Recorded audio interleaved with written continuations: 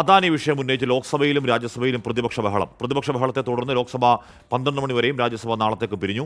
ബൽറാം നുരങ്ങാടി വിവരങ്ങളുമായി ചേർന്നു. ബൽറാം, ഒരുപക്ഷെ ഹിൻഡൻബർഗ് റിപ്പോർട്ടിനേക്കാൾ കൂടുതൽ ഗുരുതരമായ വെളിപ്പെടുത്തൽ വരുമ്പോൾ അദാനിയുടെ കമ്പനി തന്നെ ഇന്നത് പരോക്ഷമായി കേസെടുത്ത കാര്യം സ്ഥിരീകരിക്കുന്ന പശ്ചാത്തലം ഉണ്ടാകുമ്പോൾ പാർലമെന്റ് ഇരുസഭകളിലും അത്യന്തം ഗൗരവത്തോടെ പ്രതിപക്ഷം ആ വിഷയം വെക്കുകയാണോ ഇന്നും?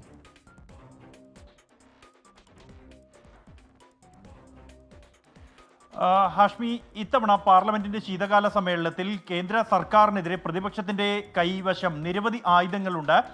വിലക്കയറ്റം, തൊഴിലില്ലായ്മ, വയനാട് വിഷയം അടക്കമുള്ള ആയുധങ്ങൾ ഉള്ളപ്പോഴും ഏറ്റവും മൂർച്ചയേറിയ ആയുധമായി ഉപയോഗിക്കാൻ തീരുമാനിച്ചിരിക്കുന്നത് അദാനിക്കെതിരായ അമേരിക്കയിൽ രജിസ്റ്റർ ചെയ്ത കേസ്. ഇക്കാര്യത്തിൽ അന്വേഷണം വേണം, അദാനിക്കെതിരെ നടപടി വേണം തുടങ്ങിയ കാര്യങ്ങൾ തന്നെയാണ്. പാർലമെന്റിന്റെ തുടർച്ചയായുള്ള 2ാം ദിവസവും സഭാ നടപടികൾ ഈ വിഷയത്തിൽ തടസ്സപ്പെടുകയാണ്. ഇന്ന് പാർലമെന്റിന്റെ ഇരുസഭകളും സമ്മേളിച്ച് ഉടൻ തന്നെ ലോക്സഭയിൽ ഈ വിഷയം ഉന്നയിച്ച് പ്രതിപക്ഷം ബഹളം ഉയർത്തുകയായിരുന്നു. നിരവധി കോൺഗ്രസ് അടക്കമുള്ള പാർട്ടികളിലെ പ്രതിപക്ഷാംഗങ്ങൾ ഈ വിഷയം ചർച്ച ചെയ്യണമെന്നാവശ്യപ്പെട്ട അടിയന്തര പ്രമേയത്തിന് നോട്ടീസ് നൽകിയെങ്കിലും അത് അംഗീകരിക്കാൻ ലോക്സഭാ സ്പീക്കർ തയ്യാറാകാതിരുന്നതോടെയാണ് പ്രതിപക്ഷം ബഹളം ഉയർത്തിയത്. തുടർന്ന് 12 മണിവരെ സഭ പിരിഞ്ഞിരിക്കുകയാണ്. ലോക്സഭ ഇപ്പോൾ വീണ്ടും സമ്മേളിച്ചിരിക്കുന്നു.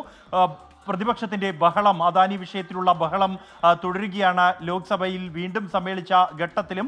അതേസമയം രാജ്യസഭയിൽ ഇന്ന് പിറന്നാൾ ആഘോഷിക്കുന്ന അംഗങ്ങൾക്ക് ആശംസകൾ നേർന്ന ശേഷം ചർച്ചകളിലേക്ക്, നടപടിക്രമങ്ങളിലേക്ക് കടക്കുന്ന ഘട്ടത്തിൽ തന്നെ മുതിർന്ന നേതാവ് ജയറാം രമേശാണ് ഈ വിഷയം, അദാനി വിഷയം ചർച്ച ചെയ്യണം എന്ന ആവശ്യവുമായി രംഗത്ത് വന്നത്. കഴിഞ്ഞ ദിവസം മല്ലികാർജുൻ ഖാർഗെ ആയിരുന്നു രാജ്യസഭയിൽ വിഷയം ഉയർത്തിയതെങ്കിൽ ഇന്ന് ജയറാം രമേശായിരുന്നു വിഷയം ഉയർത്തിയത്.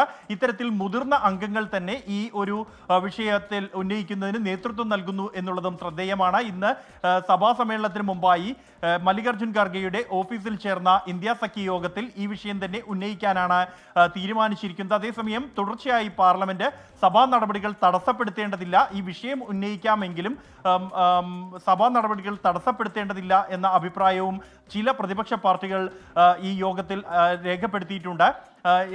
നിലവിൽ ഇപ്പോൾ അദാനി വിഷയം വീണ്ടും ഉന്നയിച്ചിരിക്കുന്നു സഭയിൽ. ലോക്സഭയിൽ ബഹളം തുടരുകയാണ്. ബഹളത്തിനിടെ തന്നെ സഭാ നടപടികൾ മുന്നോട്ട് കൊണ്ടുപോകാൻ ശ്രമിക്കുകയാണ് സർക്കാർ. എന്നാൽ പ്രതിപക്ഷം പിന്മാറാൻ തയ്യാറാകുന്നില്ല. അദാനി വിഷയത്തിൽ ചർച്ച വേണമെന്ന ആവശ്യം തന്നെയാണ്. പ്രത്യേകിച്ച് അദാനി തന്നെ ഇത്തരത്തിൽ കേസ് രജിസ്റ്റർ ചെയ്തതായി സെബിയെ ഔദ്യോഗികമായി അറിയിച്ചിരിക്കുകയാണ്.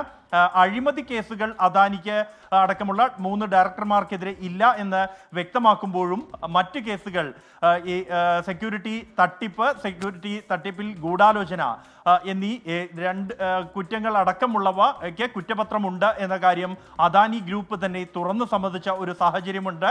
അദാനി ഗുരുതരമാണ്. അത് പാർലമെന്റ് പ്രതിപക്ഷം ഉന്നയിക്കുകയും ചെയ്യുന്നു. മണിപ്പൂർ, ആളിക്കത്തുന്ന മണിപ്പൂർ, സമ്പൽ സംഘർഷം, അദാനി തുടങ്ങിയ വിഷയങ്ങളുണ്ടെങ്കിലും വയനാട് വിഷയം കൂടി വരുന്നുണ്ട്. വയനാട്ടിലെ കേന്ദ്ര സഹായം കിട്ടുന്നില്ല എന്നത് ചൂണ്ടിക്കാണിക്കാൻ പോകുന്നു. പ്രതിപക്ഷം സഭയിൽ ചൂണ്ടിക്കാണിക്കുന്ന ചോദ്യങ്ങൾ ഉന്നയിക്കുന്നുണ്ട്. ഒരുപക്ഷെ കേരളത്തെ സംബന്ധിച്ച് കുറച്ചുകൂടി പ്രാധാന്യമുള്ളത് ആ വിഷയം തന്നെയാണെന്ന് തോന്നുന്നു.